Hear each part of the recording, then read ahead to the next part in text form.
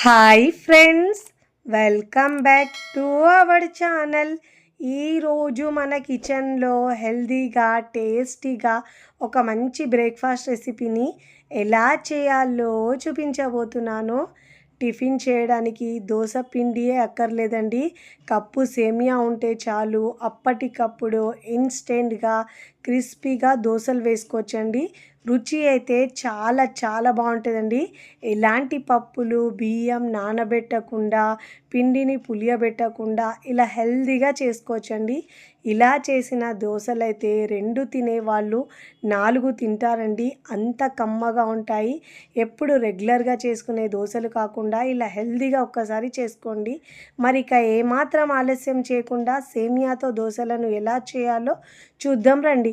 ముందుగా ఇక్కడ నేను ఒక మిక్సీ జార్ తీసుకున్నానండి. దాంట్లో అన్ని కొలతలు ఒక దాంతో తీసుకోవాలి.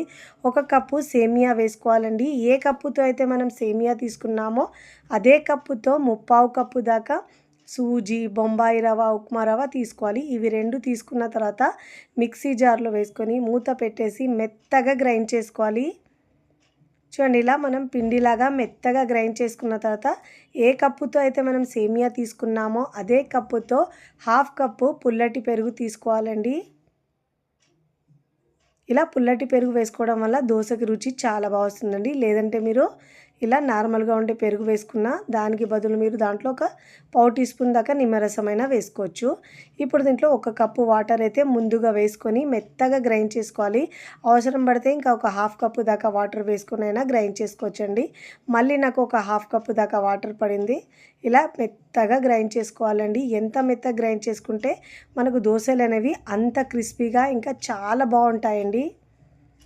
ఇప్పుడు ఇలా పిండిని మిక్సింగ్ బౌల్లోకి వేసుకున్న తర్వాత దీంట్లో రుచికి సరిపోయినంత ఉప్పు వేసుకోవాలి. ఇప్పుడు మంచి దోశలకు కలర్ రావడానికి, మనకు హోటల్ స్టైల్లో ఎలా ఉంటుందో అలా కలర్ రావడానికి 1 టీ స్పూన్ దాకా షుగర్ వేసుకోవాలండి. ఇలా షుగర్ వేసుకోవడం వల్ల దోశలు ఏమి తీపిగా ఉండవు, కానీ కలర్ చాలా బాగా వస్తుందండి.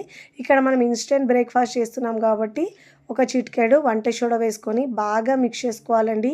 ఫస్ట్ టైం నా ఛానల్ చూస్తున్న వాళ్ళు ప్లీజ్ నా ఛానల్ని సబ్స్క్రైబ్ చేసుకోండి, లైక్ చేయండి, పక్కనున్న బెల్ ఐకాన్ని ప్రెస్ చేయండి.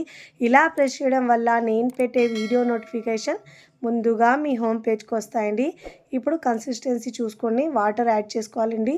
దోశ పిండి ఎలా ఉంటుందో అదే విధంగా కన్సిస్టెన్సీ చూసుకోవాలి. ఇప్పుడు ఈ కన్సిస్టెన్సీలో పిండి ఉండాలండి. ఇప్పుడు పిండిని పక్కకు పెట్టేసి స్టవ్ మీద పెనం పెట్టుకొని పెనంని బాగా వేడి చేసుకున్న తర్వాత వాటర్ చిలకరించి టిష్యూ పేపర్ లేదంటే క్లాత్తో తుడుచుకున్న తర్వాత ఇప్పుడు ఇలా 2 గరిటెలు పిండి వేసుకొని మీకు వీలైనంత పల్చగా స్ప్రెడ్ చేసుకోవాలండి. ఎంత కావాలంటే అంత పల్చగా స్ప్రెడ్ చేసుకోవాలి.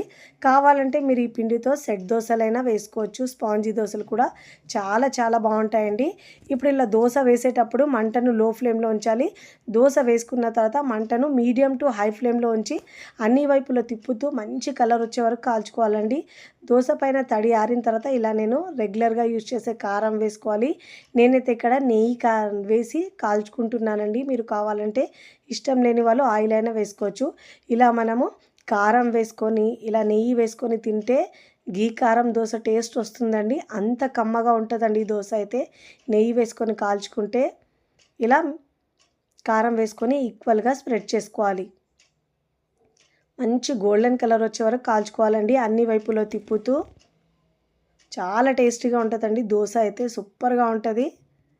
రెగ్యులర్గా చేసుకునే దోశ కంటే కూడా ఇది క్రిస్పీగా సూపర్గా ఉంటుందండి దోశ అయితే. చూడండి, ఇలా మంచి కలర్ వచ్చిన తర్వాత మీకు నచ్చిన విధంగా ఫోల్డ్ చేసుకోవాలండి. నేనైతే ఇక్కడ రౌండ్గా ఫోల్డ్ చేసుకుంటున్నాను. చూడండి, చూస్తుంటేనే తెలుస్తుంది ఎంత బాగా కలర్ వచ్చిందో. ఇలా మంచి గోల్డెన్ కలర్ వచ్చే వరకు కాల్చుకొని ప్లేట్లోకి తీసుకోవాలి.